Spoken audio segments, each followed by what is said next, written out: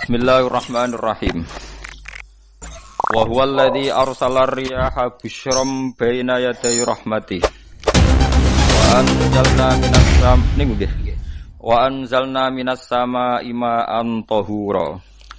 Linuhyiya bihi baldatan maytan wa nusqiyahu mimma khalaqna an'aman wa anasiya katsira. Wa huwa Allah Ta'ala iku alladzi dzat arsala ingkang lepas sapa ladzi utawa ingkang utus sapa ladzi ar-riyaha ing pira-pira angin wa fi qiraatin ar-riha ing angin. Maksude mufrad busyron nusyuron nusron wae teng sapah niki busyron nusyuron apa busyron nusyuron hale ingkang nyebarno utawa hale ingkang dadi berita gembira bena di rahmatih ana ing ngarepe sedurunge rahmate Allah. Maksudnya ana ing ngarepe sedurunge rahmate Allah. Maksudnya udan niku lho. Mutafarriqatan tegese den utus kelawan beda-beda. Kudamal matori ana ing sedurunge udan, ngarepe udan, mukadimah udan niku ana angin.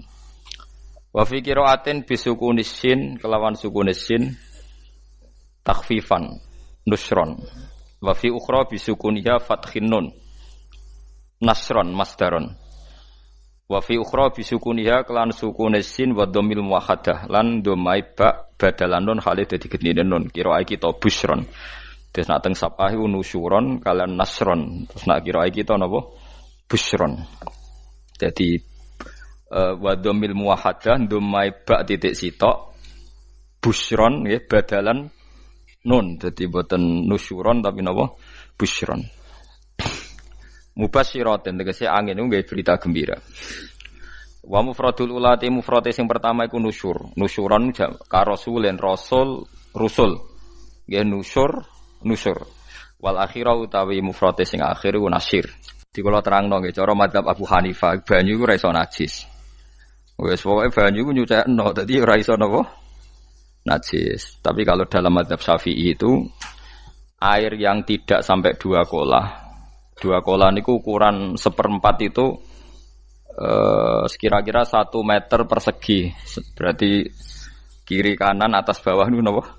1 meter niku pun 2 napa? Kolah. Niku nak cari Imam Syafi'i jika air sebelum 2 kolah itu kena najis sedikit rubah atau tidak rubah najis, nggih. Tapi kalau terlalu banyak meskipun kena macam-macam tidak napa? Tidak najis. Terus ila mata ghayyara kecuali yang rubah. Di misalnya ada limbah, ada kubangan besar gitu yang beribu-ribu liter tapi kok warnanya sudah warna coklat. Ya kayak tinja macam-macam itu dihukumi apa? Najis. Tapi wis macam-macam malah mazhab dalam air. Tapi saya pastikan itu mazhab ulama. Saya pastikan itu mazhab ulama. Kalau teks hadisnya begini nih. Monggo nak jenengan ape latihan ijtihad, engko menyesatkan ya ora apa-apa, sementing ini latihan. Jadi di Madinah, ini hadis di Musnad Ahmad. Di Madinah itu ada sumur, bukan sungai loh. Saya ulang lagi sumur, bukan sungai. Kalau sungai itu konotasinya kan luas, panjang, mengalir. Ini sumur, bener-bener apa? Sumur. Sumur, ya gedene sumur enggak sepiro.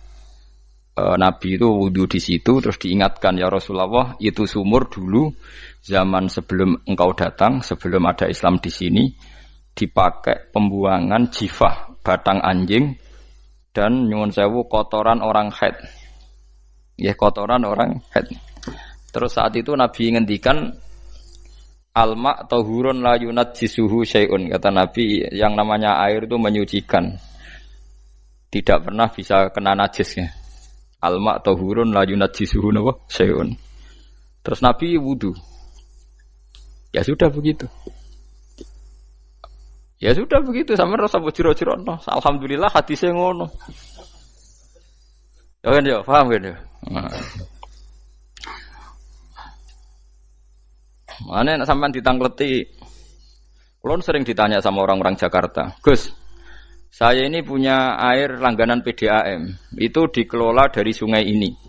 Padahal sungai ini mulai tinja sampai sapi tank macam-macam ya ke situ semua, Gus. Terus enggak baunya karena kaporit. Itu gimana itu, Gus? Suci ndak itu?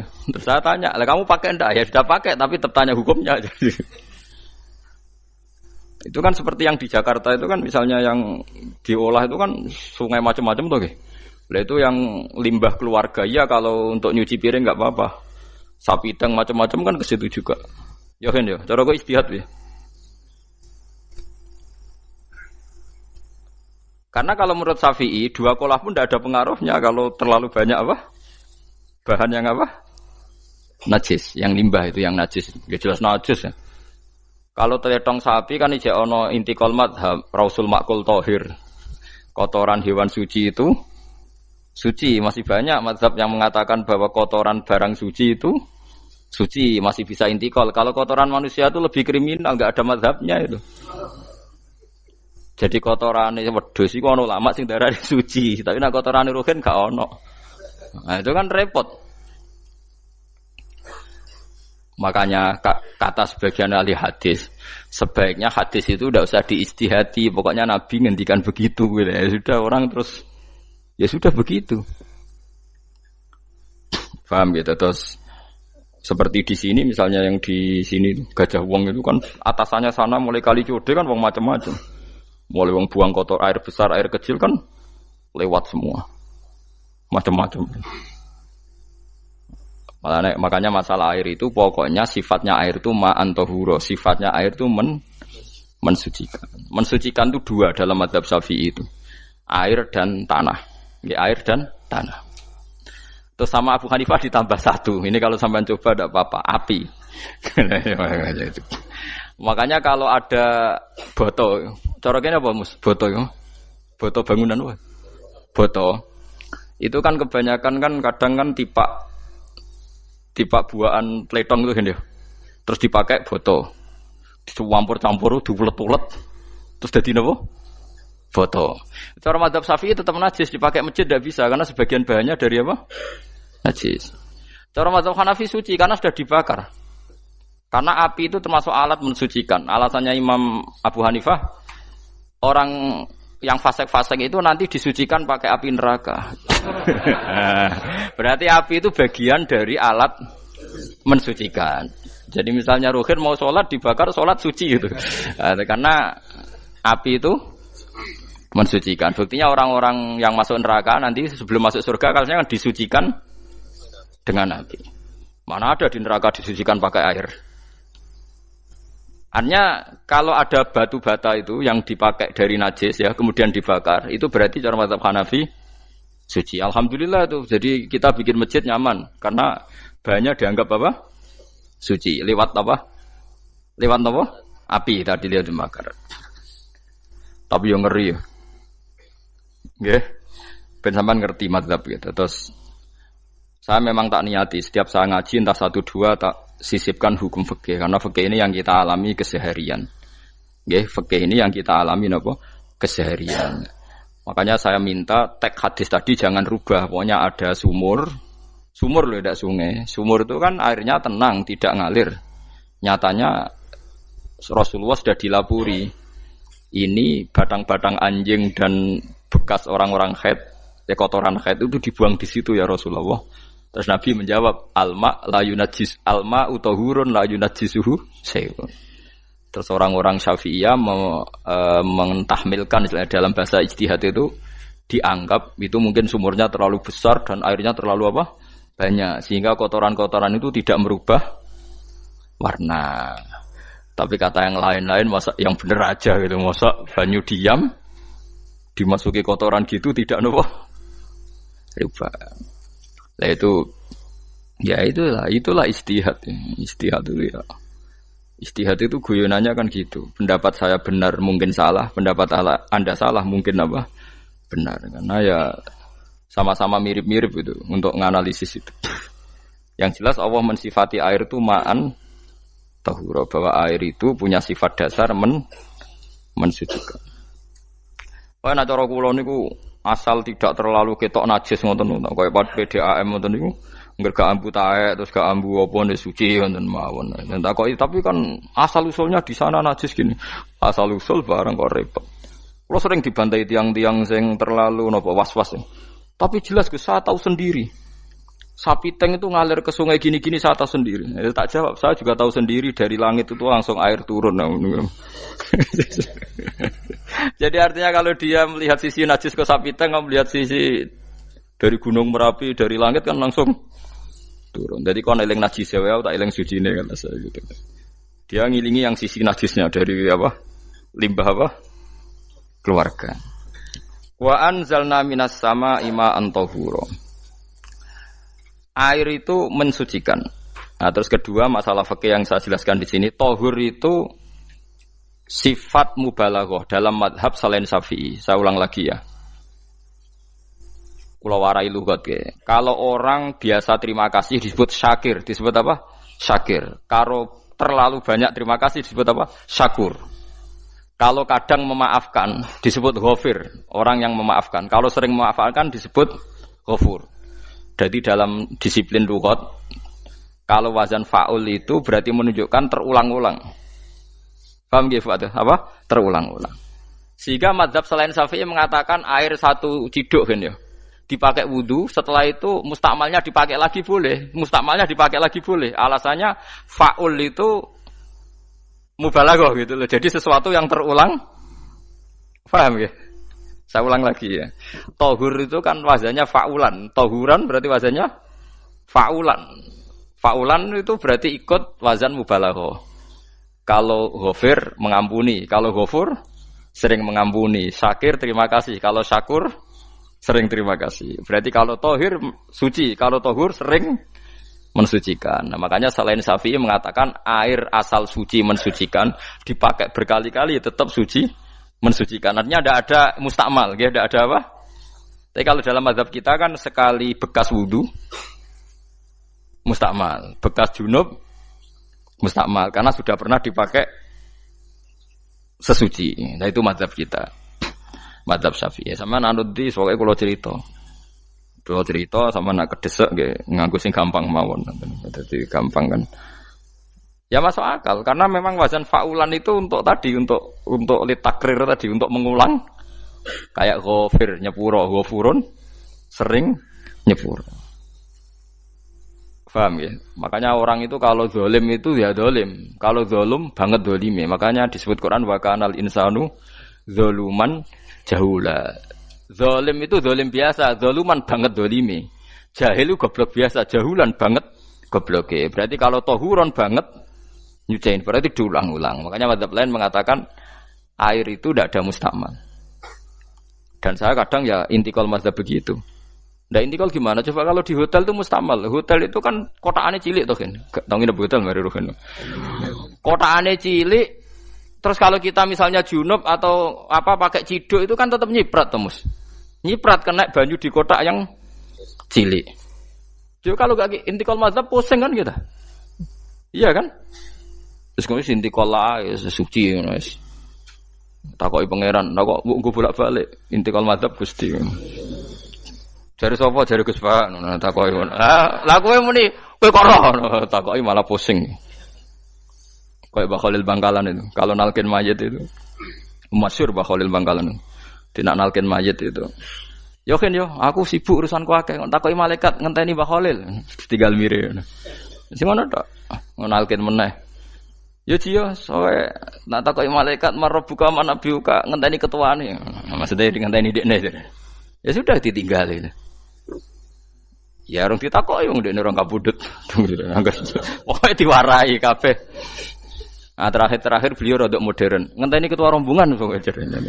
Jadi nanti yang jawab itu ketua rombongan. Tapi aja tiru kan ngomong takoki malaikat ngentosi Gus Pak. Aku teko tutuki mawon Gusti. Sewen. Yakin mugorokin ngomong ngoten kula ngomong bukan nangkir. Kamu tahu kan tugas standar Anda apa? Ya tugas standarnya bukan nangkir nutuki iku biasa wae. Biasa nutuki tak kan apa? Nah itu mungkin bagian guyone wali ku jek mungkin kadang orang itu engkar ndak bisa yaitu tadi piye wae resmi teksnya Allah tu yaumana kullu unasim bi imamihim nanti manusia dipanggil itu per ketuanya bukan per individu kesuwen jadi ada teori itu yang mungkin benar ya, teori itu yang mungkin benar karena kita nanti di mahsyar juga dipanggil ketuanya dulu. Jadi ya ma'asyarus Syafi'iyah, terus Imam Syafi'i disuruh maju ya ma'asyarul Malikiyah. Karena ketua ini nanti yang menciptakan madhab. Karena ada pepatah an-nasu ala dini mulukihim. Manusia itu ngikuti tradisi ketuanya. Lagi coba orang Indonesia mbok bodoh, mbok ora, mbok pinter, mbok ora, Abu Bakar ya radhiyallahu anhu. Coba kalau tradisinya Syiah, mungkin Abu Bakar laknatullah alaih kan gitu.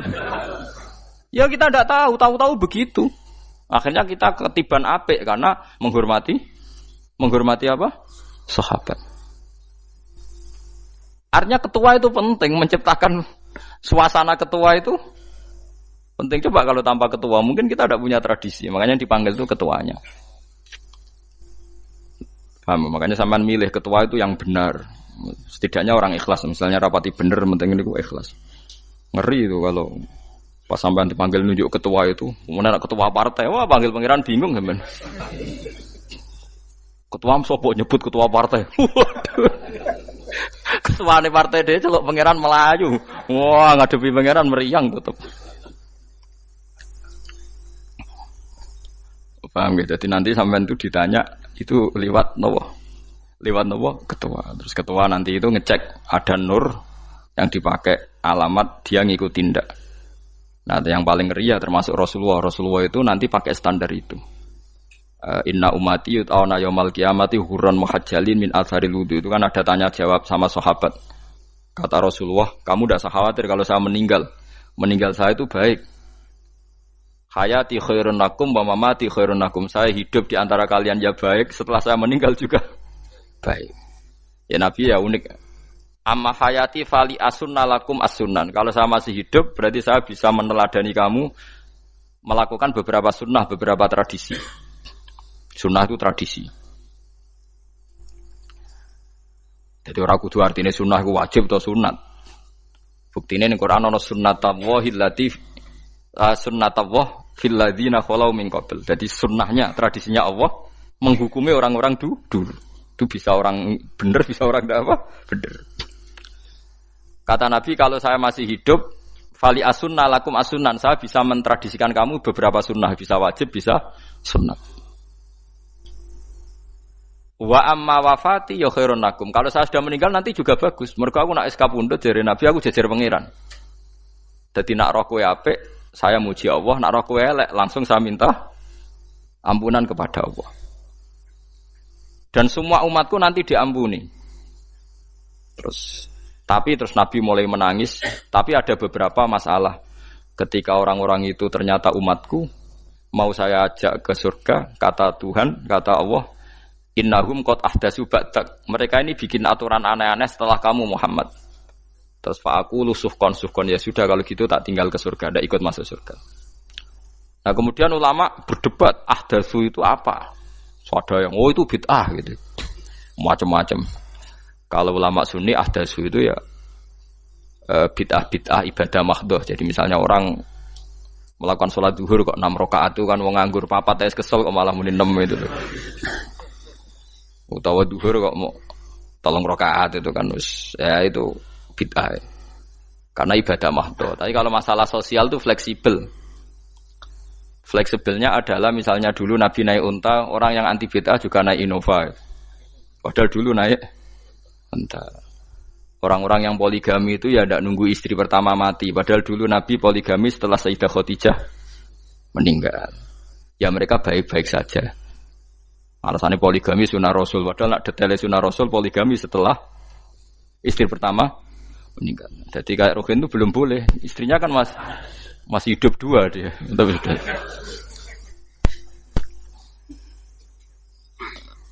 Nah, bahkan artinya kalau sampean memaksakan gitu. Sampean kalau enggak percaya saya bacakan ayat. Wal khailah wal bihola wal hamira litarkabuha wazina. Kamu bisa naik kuda, naik onta, naik himar. Setelah kamu naik dan kamu tenang di atas punggungnya, litas tahu ala zuhuri, sumatas kuru ni'mata rabbikum, idza stawaitum alaihi wa taqulu subhanalladzi sakhkhara lana hadza ma kunna lahu mukrimin. Artinya ketika kita naik onta zaman dulu dan tagnya memang onta, itu terus kamu baca subhanalladzi sakhkhara lana hadza. Apakah sekarang kesunatan baca itu kalau yang ditumpai onta, sehingga kalau yang naik Innova ndak usah baca itu gitu. Wah, aku numpakku ora onta kok, dadi ora usah maca subhanallah dia apa? Sakharan. Dhisik Nabi maca iku mergo numpake onta. Ya ngajak goblok bareng tuh, mosok tepuk kanthi begitu tuh. Makanya sensitif, bakas bid'ah ndak itu sensitif, ndak usah dibahas, biasa saja. Nek senara cocok ya diem aja.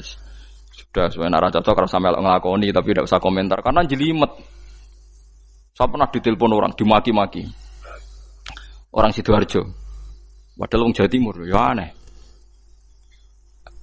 Kan ada orang matur Rasulullah namanya Abdullah bin Amr. Ya Rasulullah, saya ini kuat puasa terus. Kata Nabi, jangan puasa 1 bulan 3 hari saja itu sama dengan 1 bulan penuh karena 1 puasa sama dengan 10. Masih balelo terus termasuk menyangkut Quran. Ya Rasulullah, saya ini tiap hari khatam Quran, jangan 1 bulan sekali saja baru khatam. Enggak ya Rasulullah, saya ini ingin sering khataman. Ya sudah kalau gitu seminggu sekali sab'al layal. Saya lebih kuat ya Rasulullah, 3 hari. 3 hari saja khatam sekali. Iqra'hu fi salasin kata Nabi. Ya Rasulullah, saya lebih kuat ketimbang itu. Tidak ada yang lebih baik ketimbang itu kata Nabi. Kemudian orang itu anti semaan, karena semaan itu kan 1 hari khatam. Paham ya? Maksudnya hadis tadi yang di Bukhari dipakai dalil anti apa? Semaan, karena semaan itu 1 hari apa? Khatam.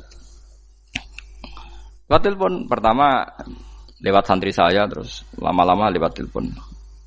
Terus saya tanya, kamu bacanya hadis kira-kira sama saya banyak mana?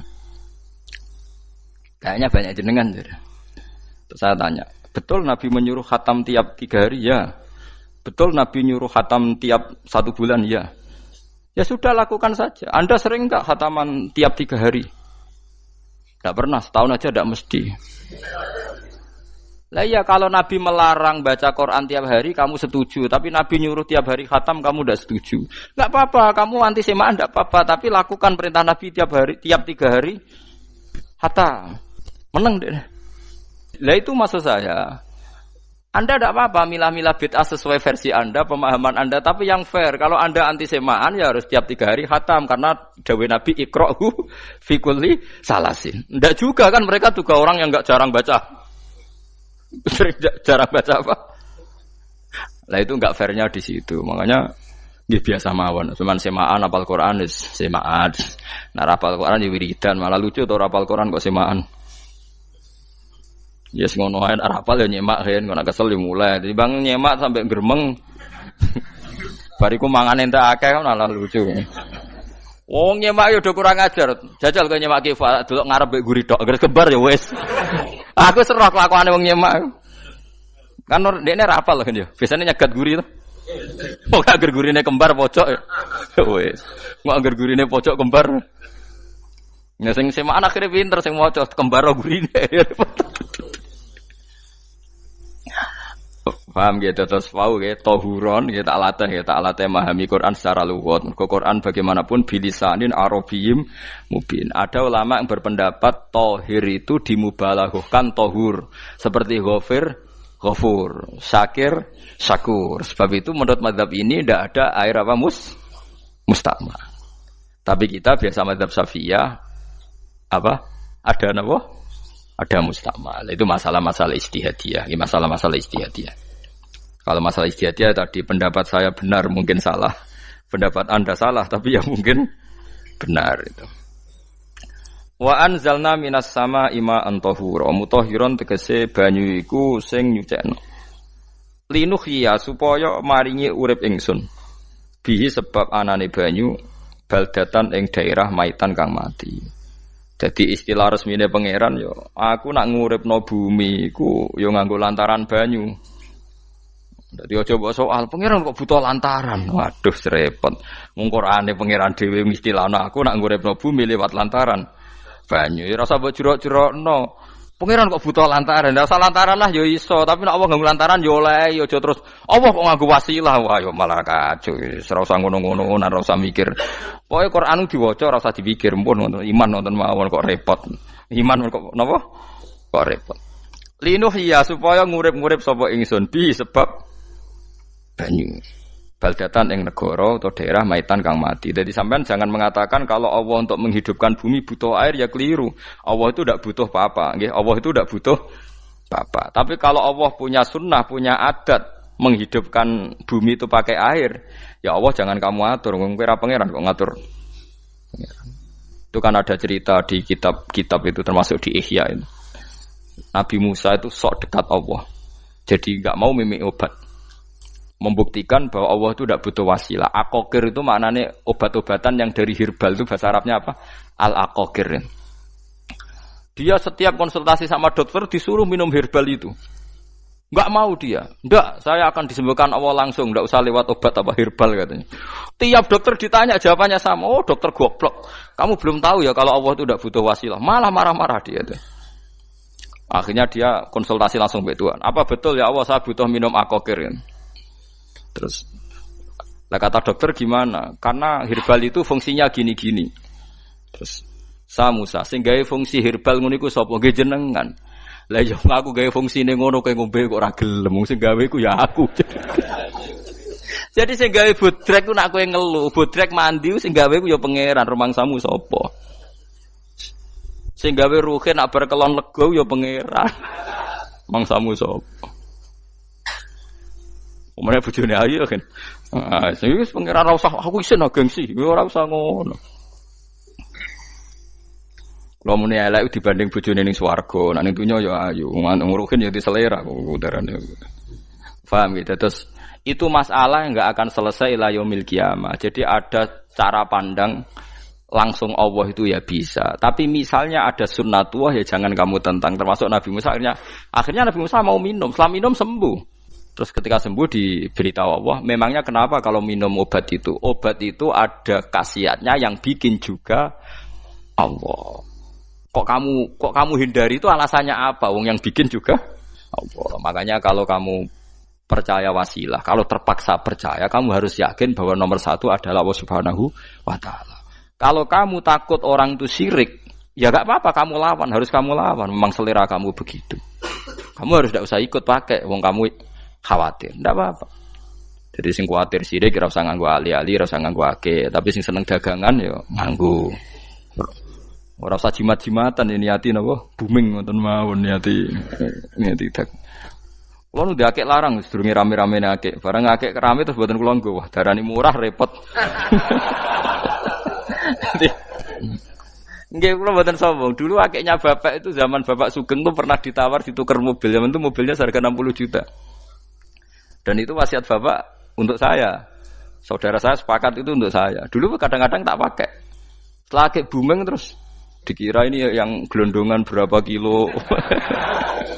25.000 muruah camah cara Jawa camah tidak pernah tak pakai. Saya yakin ikut turun itu akek-akek yang mahal itu. Karena dikira yang produk ya yang masal itu yang itu. Paham gitu terus sampean biar tahu duduk perkara ini. Jadi tohur ya tohuron itu sifat mubalaghah. Tapi kalau dalam madzhab Syafi'i tohur itu ismul alat. Jadi tidak maknanya mengulang-ulang sehingga Imam Syafi'i tidak membolehkan wudu pakai air apa? Mustamal. Lah menurut hadis kayaknya benar Imam Syafi'i secara lahir. Karena Nabi ngendikan sisa air wudu itu membawa dosa Anda. Kata Nabi, jika seseorang wudu maka kotorannya keluar dari ajfan, dari pelapuk mata, dari apa, sampai keluar dari mimbaini adzofirih, sampai keluar dari bawah-bawah apa? Kuku.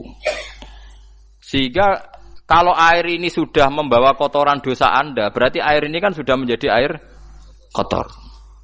Andai kan Anda mukasyafah, maka air ini sudah penuh dengan kotoran. Enggak mungkin air yang sudah penuh kotoran dipakai wudu lagi. Itu cara berpikir Imam Syafi'i. Ya sampean ikut mana ya? Ya gampang kan kalau keadaan normal ya ikut Syafi'i, kalau air banyak, kalau tidak normal ya ikut mazhab yang lain. Kan gampang. Gitu aja kok repot tuh. Ya itu pentingnya orang ngaji ya di situ itu harus banyak pilihan. HP kartune loro masa mazhab musito. Nah, itu kan gitu. Ya pokoknya gitu.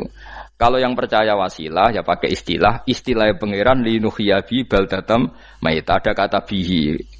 Allah menghidupkan bumi itu dengan pelantaraan air. Padahal Allah tidak butuh perantaraan. Tapi yang anti ya nggak apa-apa. Memang yang percaya wasilah itu ya bahaya juga. Yes, pokoknya yes. Sudah pakai 2 kartu apa susahnya tuh?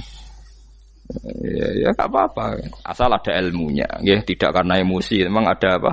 Ada ilmunya. Linuh ya bihi baldatam maita. Wanus qiyahu.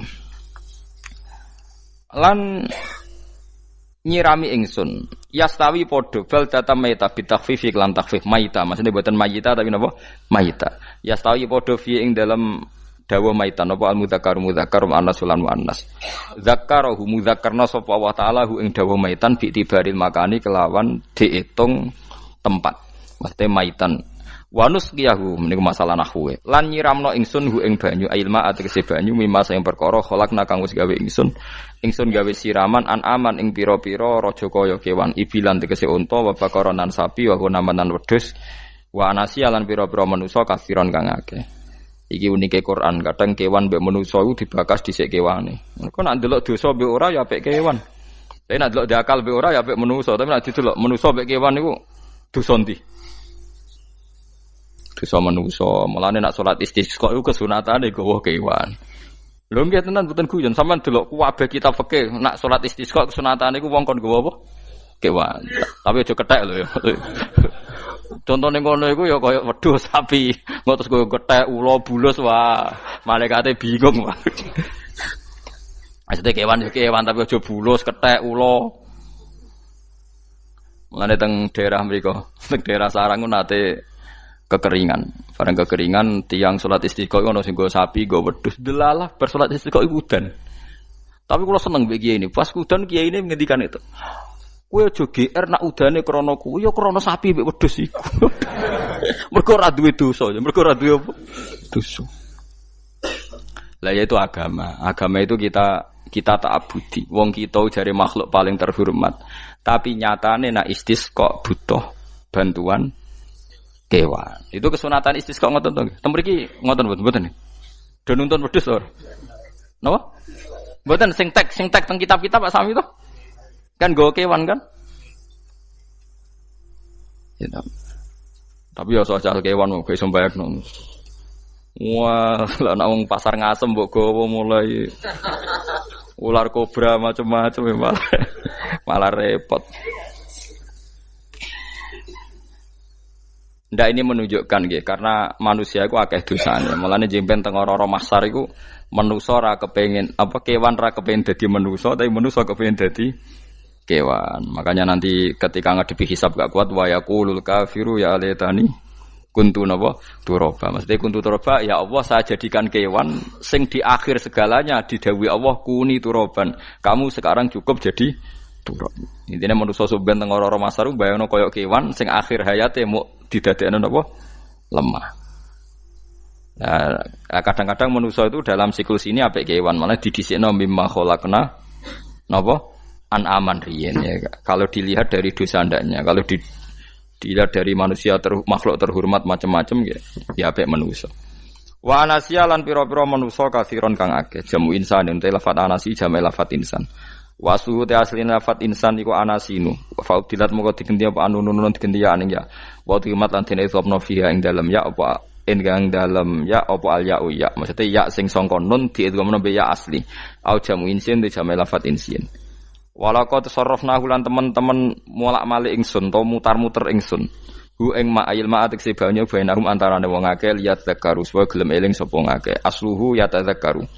Niki kok usum nahwu le utimat gamna apa ata fi dzalik ing dalam dal wa fi qiraatin liat kuru bi sukuni dzal wa dhammil kaf liat kuru nikmat Allah ing nikmate Allah taala bihi klan ma fa aba mongko moh sapa aksarun nasi sapa akeh manusa moh ila kufuron kecuali mungkiri ning nikmat juhudan tegese mungkiri ning nikmat ngingkari nikmati maring nikmat haitsu qalu sekirane ngucap sapa ngakeh mutirna binau ikada mutirna den keiudan kita binau ikada sebab posisi perbintangan iki.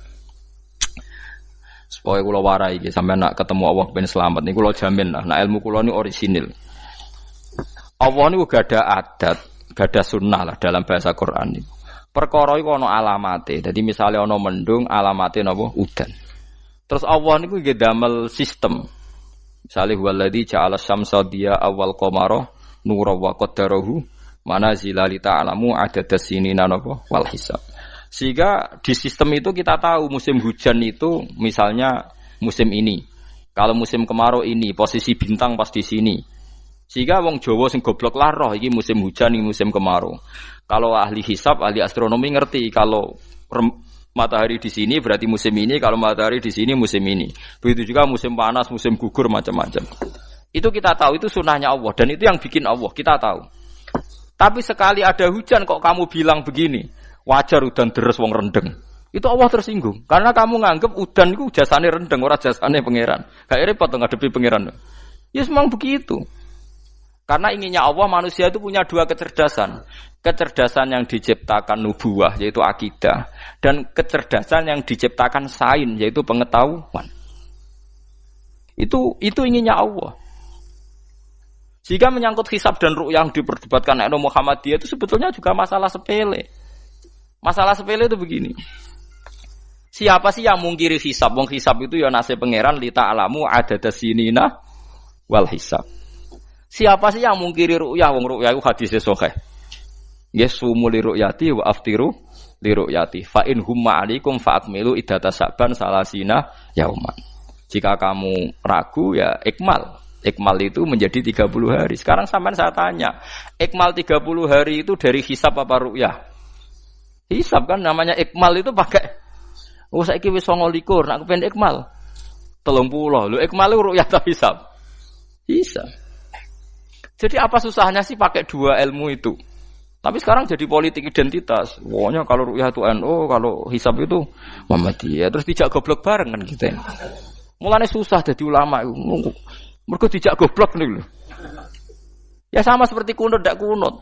Saya Muhammadiyah itu lahir tahun 1912, NU 1926.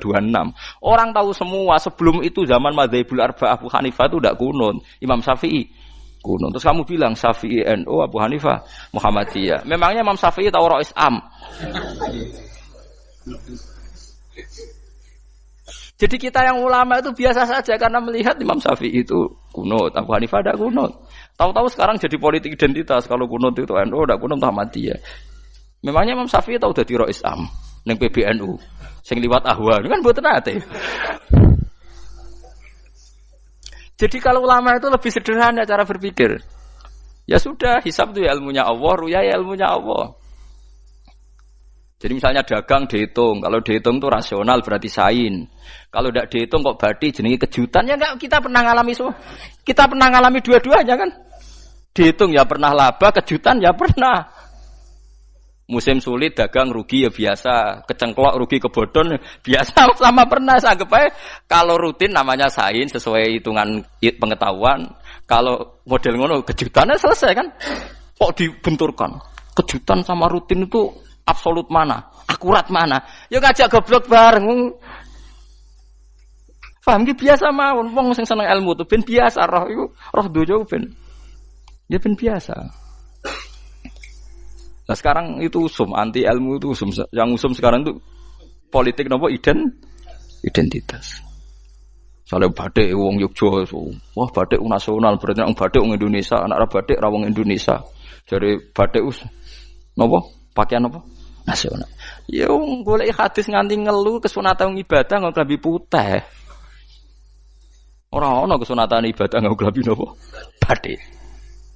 Tapi nak kowe wong alim ben diarani klambi putih gak wajib, kudu kadang-kadang nganggo batik, nggo nunjukno nak nganggo putih iku. Saya tuh seingat saya belum pernah ngaji gak pakai baju putih. Karena pikiranku sudah sering ditanya, Gus kowe wong alim ra tau joban. Nak joban koyo wong Arab. Nak batik kesane kok ora sunah Rasul seneng putih, setengah-tengah nganggo hem putih wis sunah Rasul tapi tetep Indonesia. Wis tak pikir nonton. Lah rugen ra mikir nganggo batik.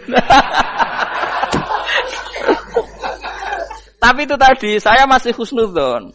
Jika jadi tren nganggo klambi hem putih dianggap wajib, harus ada yang pakai batik untuk menunjukkan kalau ndak wajib. Lah mungkin dia termasuk begitu melok.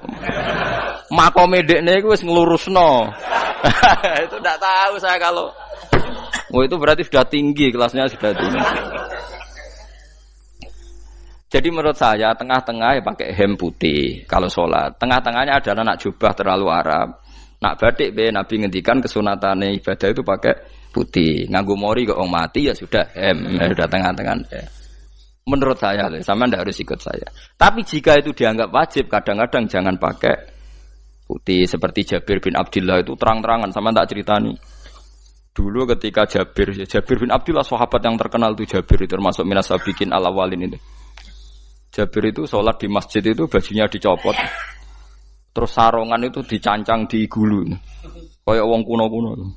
Sarongan sitok dicancang di gulu. Bawa baju diletakkan di soko masjid. Setelah itu orang tabiin melihat dia secara sinis. Tabiin itu generasi setelah sahabat. Marah-marah ketika dimaki. Masa engkau sahabatnya Nabi sholat bisau bin wahid. Pakai baju satu dicancang bisa. Terus Jabir mulai cerita. Kamu jangan bilang pakai serban itu sunat. Kamu jangan bilang pakai jubah sunat. Bagaimanapun menjadi sunat karena kamu punya. Sehingga kamu bilang sunat karena kamu punya. Dulu kita zaman Rasulullah masih hidup. Kita semua itu tidak punya baju. Punyanya satu. Sehingga Nabi tidak berani mensunatkan pakai baju dua. Kesunatan serban. Karena kita hanya punya pakai baju satu. Kita harus mikir bagaimanapun di antara kesunatan itu karena kita mampu. Setelah tidak mampu tidak ada sunat. Terus Jabir mulai marah-marah termasuk yang diceritakan. Kalau kamu bungkus orang mati gimana? Ya tak bungkus utuh sampai sikil beda sirah ketok. Ya kan ya, nak ngene wong mati dibungkus sempurna tuh. Nanti kok pepes itu ya dibungkus terus bariku lagi dibuka raine ya. Ya Mus. Sing mudin-mudin rai ya. Terus Jabir cerita. Cara kowe wajib ta ora jare Jabir? Nggih wajib. Ya wajib mergo iso. Terus dia cerita, dulu Sayyid Hamzah, dulu bapak saya Abdullah, Jabir bin Abdullah. Itu saking enggak adanya baju. Itu nak ditutup sirai mbek sarong, mboten kafan. Iku ketok sikile. Nak ditutup sikile ketok sirai. Akhire do matur Kanjeng Nabi kon nutupi sirah waj'al ala rijlihi sayan min idkhirin. Akhire sing sikile ditutup suket. Saking gak anane baju. Kowe saiki Islam wis jaya kecangkeman sithik-sithik muni sunat wis dimaki-maki mbek Jabir. Wis meneng jar. Terus terakhir ngendikan ngene. Aku nglakoni iki liyaronil ahmak misluk. Pancen tak jarak aku salat ngene iki bento-bento kowe ben roh. Nak dhisik sejarah Islam ngene iki ya. Liyaroni al ahmak misluk. Ahmak ku bento sing level tinggi, medium men. Itu ulama betul ya begitu. Saiki wong Islam jog tuku kurma gampang, sithik-sithik buka nganggo kurma, sunah Rasul mergo nganggo kurma. Ya perkarane ke kelar tuku, zaman kene Gunung Kidul melarat nganggo apa? Aneh-aneh iku. Makanya di fikih jelas, nek iso kurma, nek iso asal manis, nek iso asal gak nyolong titik wis. Kok cek repote hukum. Bagaimanapun kowe kecangkeman muni sunan mergo mampu. Zaman kira mampu orang muni ngono padahal hukum iku wis dhisik-dhisik. Hukum itu baru apa sudah kemarin-kemarin? Wis meneng ae. Kula ge sering, ngger kula kan kiai, ngger poso sering sowan kathah. Kadang sing sowan luwih mlete timbang kula. Gus kurma Gus, nggo apa? Nggih sunah Gus. Ah sunah mbahmu pangan kowe. Oh kiai mbok warai ra sopan. Aku nak buka aku degan. Aneh-aneh ya. Namun ini sunah dia ora usah kecangkeman. Lagi buka kurma pirang tahun, lebih kali tahun Gus. Umur piro? 40 Gus. 38 tahun gak anggo sunah lagi 2 tahun gegere gak karuan. Biasa saja. Dulu Nabi itu ya biasa. Nabi kalau zaman ngendikan yang ngeper sampai 4 kali. Kalau gak mampu ini, kalau gak mampu ini. Nabi kalau ngendikan ya gitu sampai diulang-ulang. Karena Nabi tahu tidak semua umatnya gampang mendapatkan itu. Misalnya kafaroh puasa 2 bulan nuntut, kalau tidak bisa ngasih makan orang miskin sekian, kalau tidak bisa gini sampai habis. Kulo ma'rufin sedekah, kalau tidak bisa ya Rasulullah firsana satin, sampai ludus gak usah sikit tamrotin. Kalau gak bisa fabi kalimatin thayyibah, cangkem sing apik. Nek ra iso sementing aja merengut. Terakhir walau bitolqatin apa? Wajin. Itu lama mewarisi sekian kebaikan yang diajarkan Nabi, tidak terus dipatenkan satu ngel-ngel wong akeh. Kono apa ngekeki kurma kok khutbah bareng sumpah. Wes pangan dhewe entekno. Ya ana sing sabar, wis kula tobat Gus mun mboten ngomong-ngomong ngono ya. Ya biasa saja kalau ingin sunah biasa saja. Dawe Nabi wal qasda tabluhu. Kamu itu yang biasa saja. Biasa itu ya standar saja. Ya biasa. Jadi Nabi dulu kalau melakukan sunnah itu biasa. Sunnatun sanaha Rasulullah sallallahu alaihi wasallam. Ini sunnah yang dilakukan Nabi. Tapi di luar yang azimah. Azimah itu yang wajib atau fardhu ain itu sahabat biasa. Karena bagaimanapun kita bisa begini karena mampu. Seperti Jabir tadi, orang bisa sholat pakai serban, pakai jubah karena mampu. Zaman Nabi awal Islam. Sama lihat Bilal, ada nak belodor gitu tuh. Sama lihat film Umar atau film-film Bilal. Itu memang nyata dulu itu la yajidu ahaduna illa thawban wahidan. Tidak ada yang kecuali punya baju apa. Sama dulu film-film, mulai versi seneng kitab sampai versi film itu sama. Bilal nak adzan ya blodor. Orang-orang adzan di blodor gak sopan. Oh memang ya duwene klambi mok sitok iku. Adlok ceritane Sa'labah bersolat salam langsung melayu. Berkali-kali agar bersalam melayu. Jebule apa genta kae. Ya salah bang bersolat ora witir mlayu kenapa? Saya takoki ya Rasulullah, takoki Nabi. Salah bah kata sahabat-sahabat kowe nak salat bar mulai langsung mlayu. Ya Rasulullah, kambing kula namung setunggal, istri saya di rumah aja utuh. Iku saking ndak adanya baju. Oh, saiki nang sunatno kon. Ya begitu. Makanya ketika Sayyidina Umar idza ausa Allah fa ausiu. Nanti kalau sudah jembar ya jembar. Nak lagi ruwet ya ruwet. Ya sudah biasa saja. Paham ya? Jadi kalau suwun misalnya malah yudroku kulu, la yudroku nopo kulu. Kalau tidak bisa semua jangan sama sekali. Jadi misalnya kita tidak bisa jubahan, tidak bisa serbanan mergo wong Arab. Supaya saya ndak keriting jubahan kok tonggo ya guyu. Paham ya? Wah aneh ngono. Kemudian ana ora kaji kok jubahan malah digugat wong akeh. Ya sudah pakai hem putih saja. Yang penting dua semangat sunnah putihnya misalnya. Ya tengah-tengah gitu. Tapi kalau kira-kira dianggap wajib ya kan ganti batik kayak Ruhin itu. Itu makomnya sudah itu tadi sudah tinggi sekali. Ya Nabi itu misalnya Nabi nyifati rambut yang baik itu yang lurus ngombak gitu. Sifatnya Dajjal itu keriting. Tapi yang keriting ya enggak apa-apa. Bukan berarti wah keriting mirip Dajjal janda gitu. Ya itu kan Allah menunjukkan kekuasaan. Nanti kalau Allah bikin lurus semua dikira enggak mampu bikin yang keriting ya sudah dibikinlah yang keriting. Ya sudah gitu biasa saja buatan berlebihan. Paham gitu. Jadi Nabi itu kalau ngendikan seingat saya ini hafal banyak hadis. Kalau ngendikan tuh sampai berkali-kali. Itu tadi mulai kalau sedekah pakai ini, kalau ndak mau sampai mulai firsana satin sambil wedhus ijek larang walau bisik hitam roh separone kurma. Masih kadang ndak mampu fabi kalimatin thayyibah, enggak mampu lagi. Ya soalnya tasaddaku walau bitol qoti wajin. Sedekahlah meskipun dengan ceria. Itu sirinya kenapa saya ngaji guyon. Karena paling ndak ceria itu happy. Coba kalau saya ngaji merengut, meneng terus ketok nyesal. Terus sing ngaji kan mikir, Gus Bak kurang apa? Kita ngaji ku ono sing kurang. Oh, terus sing kedonya nafsir wah paling kurang sangune. Wah jadi repot. Mulane kula ngeten wis tak pikir, mangsa ora tak pikir. Guyon kula mek sampean nangis mbon ndi ganjaran akeh ndi. Mergo guyon kula bi ilmen nangis sampean mikir utang. Jadi terakhir sedekah talqati wajhin, wajah yang ceria, yang happy. Kowe iki happy kan yo seneng, paling gak mikir nasibe kan. Kiai iku happy benes. Jajal misale kiai kok rogen sumpeng. Maca kukar-kukur, bariku angop. Bariku kukur-kukur meneh. Kan wong mikir. Wayahe tanggale bayar apa piye kredite. Waduh. Apa wayahe ditarik sepeda motor kan orang terus menafsirkan macam-macam. Sing elek sing wong alim le nafsiri paling tertipe ra iso. Wah, paling elek. Ya nek wong alim kan ana ukur-ukur mesti nek sing suudon kan paling macane bingung terkipe ngono. Ya macam-macam lah sesuai asumsi napa. Jadi kula suwun lah sama nek dadi kiai nek ra iso sedekah macamnya terakhir ceria. Mergo Nabi ngendikane terakhir tasaddaku walau bitol qoti wajhin. Bersedekahlah meskipun dengan keceriaan napa muka atau wajah. Namun kalau itu Nabi diulang-ulang. Jadi kalau ngendikan tuh diulang-ulang. Sekarang tuh orang mau mendorong sunnah Rasul itu satu. Ya berat bagi yang nggak bisa melakukan itu apa? Yang nggak bisa melakukan itu apa? Berat. Jadi dibacalah hadis itu dibaca utuh. Ya bukan kita apa ya mau sekolah nu kepingine kabeh umat Nabi itu happy. Mergo selama itu ndak maksiat berarti anut ajaran Kanjeng Nabi Muhammad sallallahu alaihi wasallam. Ma khuyira Rasulullah baina amrayni ilakhtara aisaruhuma malam yakun isman. Rasulullah itu tidak pernah disuruh milih dua hal yang berbeda kecuali milih yang paling gampang. Asal itu tidak barang dosa.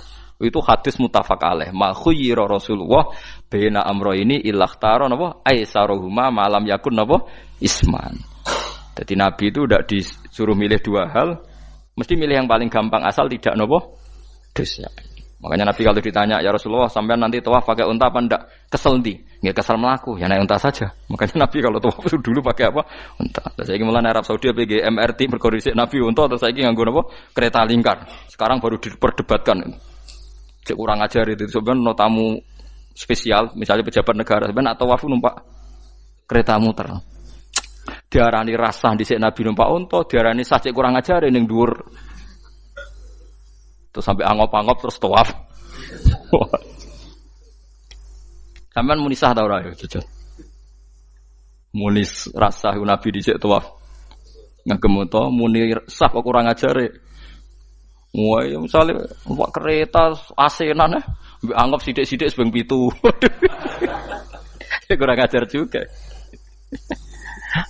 Saat ini lebih diperdebatkan, tapi ya mbak, sing bakas ngono ben ngerti hukum sampean, ben ora anak kiai iku bingung, ulama yo mikir hukum. Iku ketok ceria kula, sampean ora bingung ora ceria. Fa aba mongko mo sapa aksarun nasi sapa akeh manusa mo ila kufuron kecuali ngafirin nikmate Allah juhudan tegese ingkar nikmati maring nikmat haitsu qalu sekirane ngucap sapa kufar mutir nabi nawi kada mutir nadien kaeringi udan kita binawi kada sebab posisi bintang sing ngene iki walau syi'na la ba'atsna fi kulli qaryatin nadhira walau syi'na umpama ngersakno ingsun Allah la ba'atsna yektine nugasno ingsun utawa ngutus ingsun fi kulli qaryatin ing dalam saben-saben daerah desa nadhiron ing wong sing ngelingno. Umpama wong ngersakno kabeh desa yo nabi, tapi kok kakek nabi malah repot kan. Yukhawifu kang ngekeki peringatan sapa nabi ahlaha ing penduduk Korea. Walakin ba'asnaka tetapi ning ngutus ingsun ka ing sira Muhammad ila ahlil qura maring kabeh penduduk kuliah sekabehane ahlil qura nadhiron khalidati nadhir khalidati nabi liya'zuma supaya gedhe apa ajruka ganjaran sira. Tapi kabeh nabi niku nggih pokoke Allah mampu mawon tiap desa dikai nabi, tapi Allah ndak melakukan itu cukup nabi sitok. Terus kabeh ya kau nanut Nabi Muhammad sallallahu alaihi wasallam. Mulane ana guyonan wong Arab wong Jawa apik endi? Apik wong Jawa aja. Ke wong Arab iku cara obat iku dosis tinggi, mulane dikirimi Nabi. Wong Jawa cukup mudin, cukup kiai wis Islam. Dadi rapati salah lah. Penyakitnya ringan jadi diobati kiai iku wis dadi iman. Nah wong Arab kudu napa? Nabi. Berarti penyakit berat ringan apik endi? Apik ringan, mulane jare kiai Jawa, kita apik wong Jawa kok wong Arab. Mergo ora butuh napa? Nabi, berarti dosisnya kan kecil ya, rendah. Sauni-uni wis. Wong bingung, ngono kok omongane wong napa? Bingung. Lha opo nganalisis ngono barang. Ya wong nganggur iku repot terus. Fala tutik mongko aja nurut sira al kafirina ing pira-pira wong kafir fi hawahum ing dalam hawa nafsune kafirin. Dadi aja anut wong kafir ning menyangkut hawa nafsu. Tapi nek menyangkut kebaikan wong kafir sing kita kadang kalah baik dalam hal sosial, ya malah Allah kadang melehno kita mergo kok kalah mbek wong kafir. Nggih misale ngeten iki makanya Imam Suyuti nafsiri fala tutil kafirin ai fi hawahum. Dalam hal yang bersifat hawa napa? Nafsu. Misalnya begini, saya contohkan Allah melehno wong mukmin. Ada sahabat ketika perang itu tangannya terputus, kakinya juga terputus. Terus matur Rasulullah, ya Rasulullah gara-gara perang derekno engkau, saya tangannya putus, kaki saya putus. Ternyata tidak diapresiasi sama Allah, malah disalahkan. Gini kok Allah terus nurono ayat iyam saskum korhun faqad masal qoma korhum mislu. Jika Anda luka karena perang, orang kafir pun luka. Wong kafir, wong gento wae wani luka demi kekafiran, kok kuwe wong Islam jare demi Allah ora wani luka. Jika masyhur di kalangan para ulama, nanti setiap kebaikan itu dibandingkan kezaliman. Ya saya ulang lagi, nanti setiap kebaikan itu dibandingkan kezaliman. Misalnya kita jadi kiai ora enak, ora gaji tetap, setepak-tepakan, kadang untuk duit, kadang ora. enak jadi PNS gajinya tetap. Nanti kita disalahkan Tuhan. Pedagang narkoba itu gajinya juga enggak tetap. Risikonya tinggi, ditangkap polisi, hukumannya mati, itu saja berani. Kowe ngiyai trimo ngono rawani. Kowe tahajud kanyeben, bengi-bengi tangi tahajud kanyeben. Tukang maling ayam bengi-bengi tangi nyolong. Risikonya tinggi ya anyep wani. Jadi nanti kowe di depan Tuhan dimaki-maki, kesalehan kita akan dibandingkan kezaliman. Lah nek wong saleh diutangi dhuwit ora oleh medhit, supaya dibandingno. Maling mbek maling utang-utangan, wong saleh ora utang-utangan. Ya memang begitu. Nah itu yang dimaksud ayat intakunu ta'lamuna fa innahum ya'lamuna kama ta'lamun wa tarjuna minallahi ma la yarjun. Jika kamu merasa sakit karena berjuang demi agama, orang-orang zalim juga sakit karena kezalimannya. Toh mereka berani. Coba jadi kiai bandar narkoba resikonya tinggi mana coba? Resiko jadi bandar narkoba. Antar geng narkoba juga musuhan, takut ditangkap polisi. Jadi kiai paling ono hasud sithik-sithik. Paling wong ngrasani. Kiai iso ngene omong tok ora iso nglakoni paling gitu. Padha kiai ini paling hasud. Ya sithik-sithik lah, paling serek. Kalau bandar narkoba gak cocok nembak. Karena rivalitas mereka ekstrim. Sehingga kalau sampean cemen jadi kiai nanti ya diingatkan Allah dibandingkan orang apa? Zalim. Jadi eling-eling ya. Terus semua kesalian kita, loyalitas kita pada agama nanti dibandingkan orang zalim karena mereka loyal sama pekerjaannya, sama kezalimannya. Enggak terus preman-preman nak belani kanca wani mati. Kadang kiai santri belani kiai ini rapati wani mati. Wis repot preman-preman nak tobat wis repot. Kulo nu rada nyesal mek tobaté preman. Nak ana preman teng perapatan tobat. Niku terus ning masjid, men itikaf terus mbek wong sopan. Niku ora pas sajane. Nah, tobat itu tetep ning perapatan. Sing dhisik ganggu wong disingkirno. Dadi ku tobat tenan sehingga dhisik perapatan sing gawat dadi gak gawat. Mergo sing preman gawat diganti preman sing lunak. Ora terus ning masjid ya sing iki tetep diganti generasine ngono. Mestine maksudnya mesti ora kok terus elek mboten mestine tobaté ngoten niku. Sayyidina Umar itu dulu itu menakut-nakuti orang Islam. Angger ana ndekne wong Islam wedi kabeh. Terus Abu Bakar ya wedi kabeh wedi. Suatu saat Rasulullah mlaku-mlaku ngerti Umar gulut ning ukat, menangan. Kata Rasulullah andikan yang Islam itu hebat Islam. Hanya Rasulullah berdoa wa ma'izal Islam bi Umar. Akhirnya Umar masuk Islam. Hari Kamis masuk Islamnya. Wis kira tau mikir to sak dinane kula roh sak dinane dongane Kamis masuk Islam Jumat. Ning omahe adike ning gone IP-ne. Mergo diwacana Quran surat Toha. Bareng Islam metuki Nabi, mun walhasil bar Islam teng Zaid bin Arqam ning mbene Nabi terus langsung marani omahe Abu Jahal ora terus ning masjid menenge mboten langsung marani Abu Jahal. Angger ke ganggu Nabi tak pateni. Bariku marani Abu Jahal. Aku saiki wis Islam iki ganggu Nabi tak pateni. Gentenan wong kafir sing delik. Paham nggih? Dadi enak maksudnya. Lah misalnya terus Umar dadi sopan santun terus ketemu wong dilo, ketemu Abu Lahab monggo derek akhir. Wah. Kacau. Artinya enggak ada perubahan kan kalau gitu. Lan Ruhin mantan preman mboten kok tobaté ning kene ora roh kok. Mboten harus kiai dene. Mestine ngoten. Makanya Wahsy itu yang bunuh Sayyid siapa? Hamzah. Karena dia disuruh Hindun itu istrinya Abi Sufyan itu. Itu setelah membunuh Sayyid Hamzah dan dia Islam. Dan Nabi tidak siap melihat wajah Wahsy. Sumpahnya Wahsy apa? Saya bersumpah akan membunuh orang paling dibenci Rasulullah. Sebagaimana saya pernah membunuh orang paling dicintai Rasulullah. Terus tobatnya dia mateni Musailamah al-Kadzab. Wong sing ngaku Nabi ngarang Quran. Itu tuh sing mateni sinten? Wahsy. Jare Wahsy sebagaimana aku pernah membunuh orang paling dicintai Rasulullah. Tobat saya membunuh orang paling dibenci Rasulullah. Ya misalnya terus Wahsy tobat, terus sampean nyapu masjid, terus gak duwe selera tarung, zaman kafir tarungnya tenanan, bareng Islam menyapu masjid, bariku ngiseni jedinge, terus bareng dijak perang wedi wae repot. Ya niku ide kula tapi ora usah nglakoni. Niku mau cerita ilmu, sampean ora kudu nglakoni. Ya tugale wong preman brah-brah. Blojo narkoba entek akeh dilakoni, nggo judi diakoni. Sewengi orang preman itu kalau judi 2 juta 3 juta loh. Bareng tobat ngoboni masjid 10.000. Padahal donyane jek akeh. Mestine tobat yo. Saya zaman judi semalam 3 juta. Sekarang kalau pengajian atau ke masjid semalam 3 juta 100 lah minimal diluwei. Ora malah pas tobat nglebokno amplop masjid yo. 10.000, kadang 2.000. Repot-repot. Tapi ya apik tobat, mesti cerita. Ndak begitu, mestinya berbanding.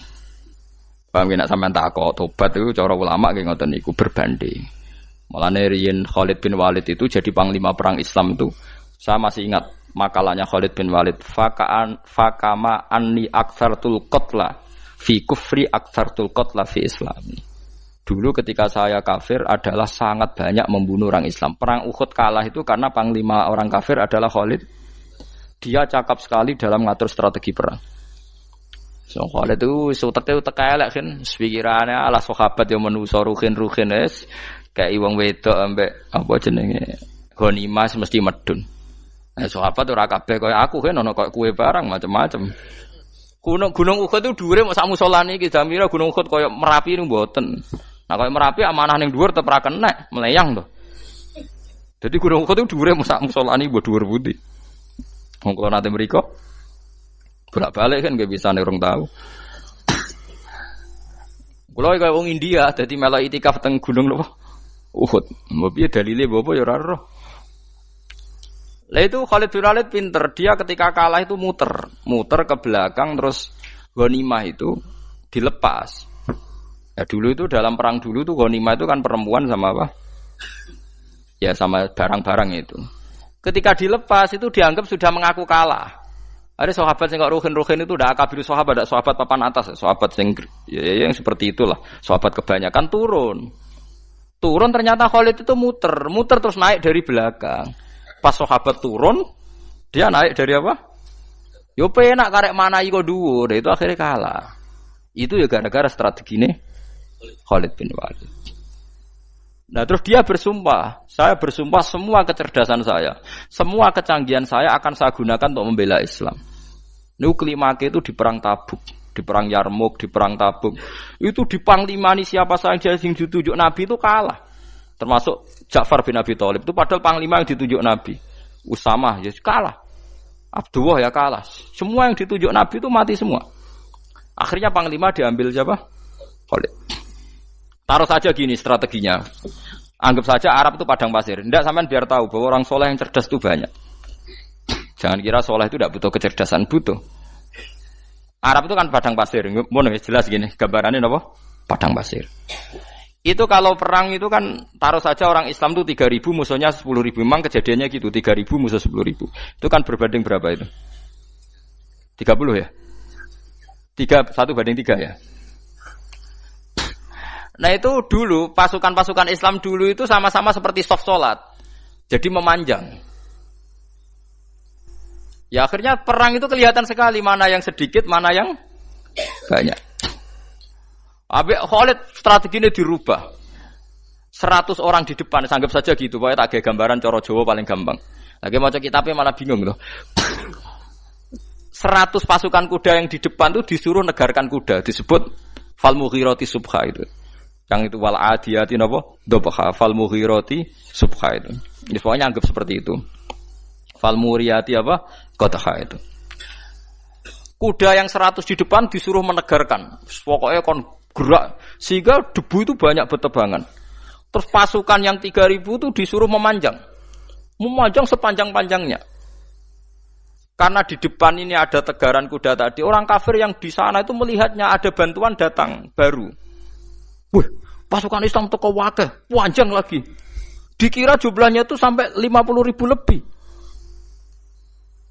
Paham sih kalau maksudnya? Sehingga wong kafir melayu perkara ini tidak mungkin kita tandingi. Orang Islam dapat bantuan baru, padahal ya wonge podo. Mau baris tok dirubah. Nah misalnya sing mimpin Mustafa sembah jare mati ya syahid, mati kabeh wong Islam. Nah itu artinya dia masih ingat betul saya dulu pernah menggunakan kecerdasan yang sama untuk mengalahkan umat Islam. Saya bersumpah kecerdasan yang sama akan saya gunakan untuk memenangkan Islam. Lha coba bayangno to nek ning padang pasir 3.000 orang yang 100 di depan negarno kuda supaya pandangan tidak begitu jelas. Terus yang belakangnya memanjang dari jauh kan kelihatan pasukan dapat bantuan baru. Padahal ya orangnya sama. Akhirnya orang kafir merasa wah nggak imbang. Kita tidak imbang karena orang Islam dapat bantuan. Terus menang perang itu. Lah itu tobat bener gitu loh. Orang kok pas kafir cerdas, buareng Islam tobat nyapu masjid. Sebariku ngaji ngantuk. Padahal zaman kafir cerdas, memperdayakan ekonomi nganti sugih bergeder. Bareng Islam terus dunia nentek melarat, terus nyapu masjid, sebariku sholat qobliyah ba'diyah mulai, nggak poso sunat. Ya tidak apa-apa itu, tapi sugih tetap. Kok zaman kafir sugih, zaman Islam kere, mestinya zaman Islam ya sugih, terus kecerdasan dan hartanya untuk liizatil Islam wal muslimin. Mestinya, tapi ya nggak apa-apa kalau ada tobat model gitu ya tidak apa-apa. Ojo kok terus dari Gus Pak ngene ku elek ya ora ana jenenge tobat mesti apik, tapi enggak fair gitu loh. Mosok zaman nakal serius, zaman tobat sekenanya itu kan fala tuti mongko aja taat sira al kafirin ing pira-pira kafir fi hawahum ing dalem selera hawa nafsune wong kafir.